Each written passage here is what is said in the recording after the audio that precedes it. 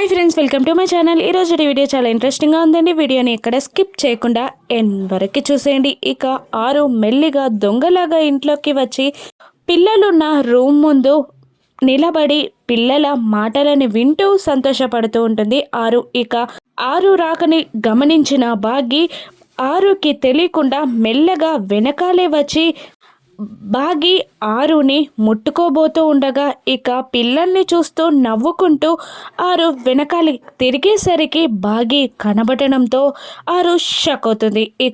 ఆరు షాక్ అవ్వడంతో బాగి దూరం జరిగి గుమ్మానికి మరోవైపు నిలబడుతుంది.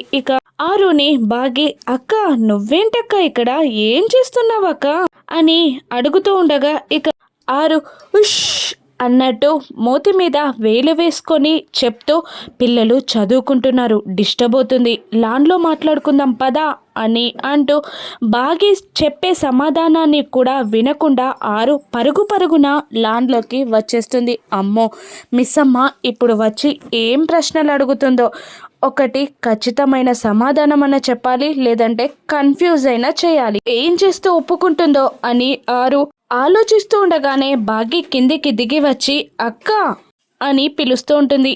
ఆరు బాగి వైపు తిరగగానే ఏంటక్క అలా దొంగలాగా నక్కి ఇంట్లోకి వచ్చావు, అయినా మా అత్తయ్య గారేంటి నువ్వు ఉన్నావని కూడా చూడకుండా నీతో మాట్లాడకుండా అలా పక్క నుంచి నువ్వు లేనట్టు వచ్చేసిందేంటి, అయినా నువ్వు పిల్లల రూమ్ ముందు నిలబడి అలా చూస్తున్నావేంటి, ఏమీ అర్థం కాలేదక్క నాకు అని బాగి ఆరుని అంటూ ఉండగా అటువంటిదేం లేదు, నేను దొంగలా రావడం ఏం లేదు, నీకోసం వెతుక్కుంటూ వస్తుంటే నీకు అలా అనిపించింది అనగానే మిస్ అమ్మ ఆలోచనలో పడిపోతుంది. మళ్ళీ ఆరు ఇలా అంటూ ఉంటుంది, మీ అత్తగారికి నాకు అసలే పడదు, అప్పట్లో నా మాటల్లో మర్యాద తగ్గింది అని నాకు తనకి గొడవైంది, అందుకే తను నాతో మాట్లాడదు అని మరో క్వశ్చన్కి ఆన్సర్ చెప్తూ ఉంటుంది. ఇంకా మళ్ళీ ఇలా అంటుంటుంది, ఆరు మా పాప కూడా అమ్ము క్లాస్మేటే, అందుకని మ్యాథ్స్లో ఏదో డౌట్ ఉంటే నోట్బుక్ కావాలి అని అడిగితే అమ్ము దగ్గర తీసుకుందామని వచ్చాను, తను చదువుకుంటుంటే డిస్టర్బ్ చేయడం ఎందుకు అని అలాగే నిలబడిపోయాను అని అంటూ ఉంటుంది. ఆరు బాగి అడిగిన ప్రశ్నలన్నిటికీ సమాధానం చెప్తూ బాగి అర్థమైనట్టే ఉంది కానీ ఇంకా ఏదో కన్ఫ్యూజన్ ఉందక్క అని అంటూ ఉంటుంది. టాపిక్ డైవర్ట్ చేయడానికి ఆరు అవును ఉన్నట్టుండి ఇవాళ మీరు గుడికి వెళ్ళారెందుకు అని ఆరు అడగగానే బాగి సిగ్గుపడుతూ తన కాలితో ఆ గడ్డిలో ముగ్గు వేస్తూ ఉంటుంది. ఆరు విషయాన్ని అర్థం చేసుకొని అంత సిగ్గుపడకు, నేలకి బొక్కపడేలా ఉంది అని అనగానే బాగి ఆగిపోతుంది. ఆరు మనసులో మిస్సమ్మ సిగ్గుపడుతుంటేనే అర్థమవుతుంది అక్కడ ఏదో జరగకూడనిది జరిగింది అని ఆరు మనసులో అనుకుంటూ పైకి మాత్రం నాకు అర్థమైందిలే మిస్సమ్మ, అత్తయ్య మామయ్య కలిసి మీరిద్దరూ కలవాలని ఏదో పూజ చేయించినట్టున్నారు అని ఆరు అనగానే అక్క నువ్వు టూ షార్ప్ అక్క, అలా ఎలా పసిగట్టేశావు అని బాగి ఆరుని పొగుడుతూ ఉండగా ఆరు మాత్రం మనసులో నా జన్మ 25 ఏండ్లు నాగుపాము లాంటి దాంతో స్నేహం చేసి చివరికి దాని కాటికే చనిపోయాను, నాదో బ్రతుక అని మనసులో అనుకుంటూ ఉంటుంది.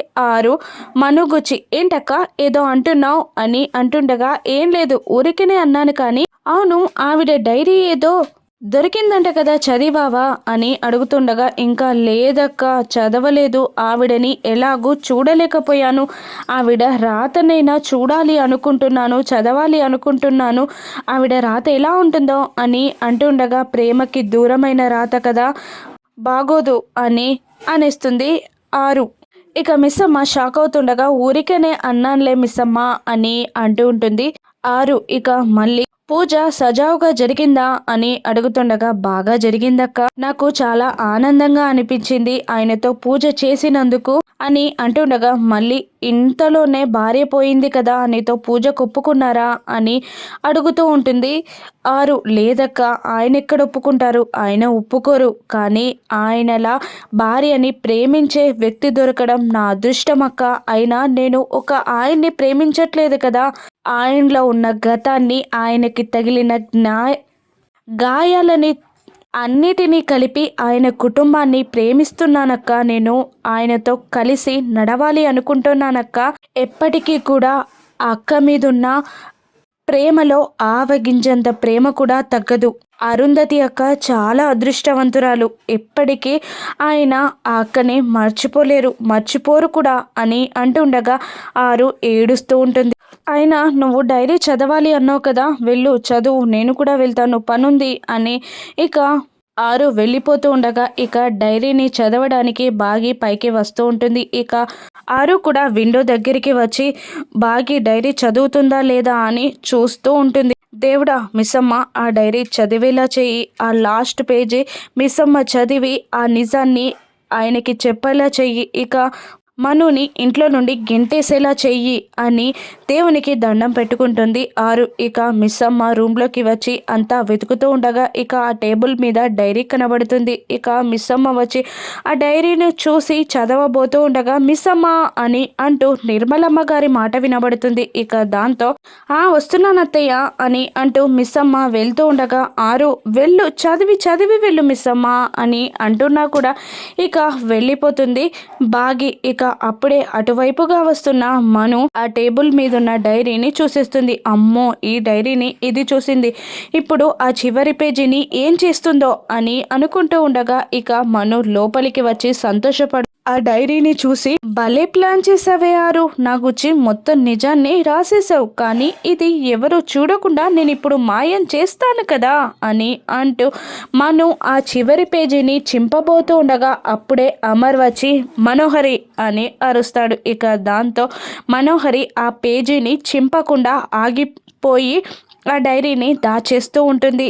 ఇక అమర్ ఇలా అడుగుతుంటాడు, ఇక్కడేం చేస్తున్నావు మనోహరి అని అంటుండగా నా ఛార్జర్ పని చేయట్లేదు అమర్, అందుకనే నీ ఛార్జర్ తీసుకుందామని వచ్చాను అని మను అంటూ ఉండగా ఇక అమర్ నా వస్తువులు ఆరు తప్ప ఎవరు షేర్ చేసుకున్నా నాకు నచ్చదు, రాతోడికి చెప్తే కొత్తది తెచ్చిస్తాడు అని అంటుంటాడు అమర్. అలాగే అమర్ అని అంటూ మనసులో మాత్రం ఛార్జరే షేర్ చేసుకోవడం ఇష్టం లేని నీతో నేను లైఫ్ పంచుకుంటాను అమర్ అని మను మనసులో అనుకుంటూ ఉంటుంది. నేను వెళ్తాను అమర్ అని అంటూ ఆ డైరీని తీసుకొని వెళ్ళబోతూ ఒక 2 minutes నీతో మాట్లాడాలి అమర్ అని అంటుంది మను. ఏంటో చెప్పు అని అమర్ అంటూ ఉండగా ఇక ఆరు అస్థికలని ఇక నదుల్లో కలిపే విషయం ఆలోచించావా అని అడుగుతుండగా ఎందుకు 2 రోజుల నుంచి పదే అస్థికలు అని కలవరిస్తున్నావు అని అడుగుతుంటాడు అమర్. అటువంటిదేం లేదు,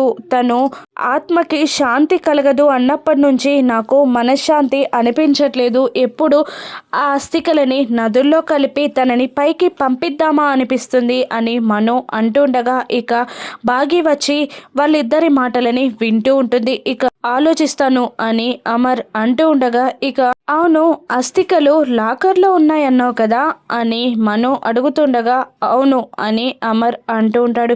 ఇక అక్కడ అందరి అస్థికలు ఉంటాయి కదా, మన వారి అస్థికలు అక్కడ ఎక్కడున్నాయో తెలుసుకోవడం ఎలా అని అంటుండగా నెంబర్స్ ఉంటాయి అని అమర్ అంటూ ఉంటాడు. ఇక మళ్ళీ మను అంటే మనకే నెంబర్ వచ్చింది అమర్ అని అడగగానే ఇక కోపంగా చూస్తూ 302 అని అమర్ చెప్పేస్తాడు. ఇక ఆ మాట చెప్పగానే ఇటు బాగి అటు ఆరు ఇద్దరు టెన్షన్ పడుతూ ఉంటారు. ఇక అవునా అమర్, సరే ఓకే అని మను అంటుండగా ఇక మళ్ళీ బాగి వచ్చి అమర్తో ఇలా అంటుంటుంది, అక్క అస్థికలని ఇక్కడిక్కడ నదిలో కాకుండా కాశీ నదిలో కలపాలని నాకు అనిపిస్తుందండి అని బాగి అనగానే ఎందుకలా అని అమర్ అడుగుతుంటాడు. ఇక అక్కకి మీతో కలిసి కాశీ వెళ్ళాలని కోరికగా ఉండేదంట కదా, అత్తయ్య చెప్పారు, అందుకనే ఆ అస్థికలని కాశీలో కలపడం బెటర్ అని నా ఉద్దేశం అని అంటూ ఉంటుంది బాగి. అలాగే ఆరు కోరికతే, అది నాకు ఇష్టమే, కాశీలోనే కలుపుదాం అని అంటుంటాడు అమర్. ఇక మను ఆ డైరీని తీసుకొని వెళ్ళబోతుండగా మను డైరీ అని అమర్ అడగ్గా ఇక మను ఆ డైరీని అమర్కి ఇచ్చేస్తుంది. ఇక మను వెళ్తూ ఆ అస్థికలని నేను కొట్టేయబోతూ ఉంటే మీరు ఎక్కడ కలిపితే నాకేంటే అని అనుకుంటూ ఉంటుంది మను. అమర్ ఆ డైరీని గుండెకద్దుకుంటాడు. ఇక తెల్లవారగానే అంజు మెల్లిగా దుప్పటిని ఓపెన్ చేసి అమ్మయ్య అని అనుకునే లోపే ఇక అమ్మో ఆనంద్ ఆకాష్ మేము స్కూల్కి వెళ్ళిపోయాం అనుకున్నావు కదా, లేదు వెళ్ళలేదు, నీతో కలిసి కదా వెళ్ళేది, వెళ్ళి రెడీ అవ్వు అని అంటూ ఉంటుంది అమ్మో అంజుని. అప్పుడు అంజు నేను స్కూల్కి రావట్లేదు కదా అని అనగానే స్కూల్లో ఫ్రెండ్స్తో గొడవలు పడడం ఎందుకు, ఇప్పుడు స్కూల్ మానేయడం ఎందుకు అని అంటూ ఉంటుంది అమ్ము. ఇక అంజు తను నోరు జారింది, నేను క్యాజువల్గా చెయ్యి జారానంతే అని అంజు అంటూ ఉంటుంది. ఇక అమ్ము సరే నువ్వు ఇప్పుడు రావు స్కూల్కి, ఓకే ప్రిన్సిపల్ కాల్ చేసి డాడీకి విషయం అంతా చెప్పేస్తే నీ పరిస్థితి ఏమవుతుంది, నీకు పనిష్మెంట్ వస్తుంది గుర్తుందా అని అమ్మో అంటుండగా ఇక అంజు అయ్యో ఆ విషయమే మర్చిపోయానే, ఇప్పుడెలా సిల్లీ సిస్టర్, ఇక బ్రెయిన్లెస్ బ్రదర్స్ నాకు ఏదైనా ఐడియా ఇవ్వరా అని అడుగుతుండగా సరే నాదొక ఐడియా ఉంది అని అమ్మో అంటూ ఉంటుంది. ఏంటో చెప్పు అని అంజు అడుగుతుండగా మిస్ అమ్మని హెల్ప్ అడుగు అని అమ్ము అనేస్తుంది. ఇక శత్రువుని నేను హెల్ప్ అడగడం జరగదు, ఇక దానికి బదులు డాడీతో పనిష్మెంట్ తీసుకుంటాను అని అంజు అంటుండగా ఓకే పనిష్మెంట్ ఏంటో గుర్తుందా, 1 month పాటు ఫోన్ టీవీ బంద్, మాకన్నా ముందే లేస్తావు, మా తర్వాత పడుకుంటావు, ఆ తర్వాత ఇంకా భోజనం అని అమ్మో పనిష్మెంట్ గురించి చెప్పబోతుండగా వద్దు వద్దు దానికన్నా బ్రతిమిలాడడమే బెటర్, అక్కడ మిస్ అమ్మ ఏదైనా ఎక్స్ట్రాలు చేసిందో అని అంజు అంటుండగా వెళ్ళి అడుగు ఫస్ట్ అని అమ్మో అంటూ ఉంటుంది. అలాగే అంటూ అంజు మిస్ అమ్మని హెల్ప్ అడగడానికి మిస్ అమ్మ దగ్గరికి వస్తూ ఉంటుంది. ఇక మిస్ అమ్మ హెల్ప్ చేస్తుందా, ఇక లాకర్ నెంబర్ తెలుసుకున్న మనోహరి 6 అస్థికలని కొట్టేస్తుందా, ఇక బాగి మనుని ఏ విధంగా అడ్డుకొనుందో రాను ఎపిసోడ్స్లో చూద్దాం. Thank you for watching.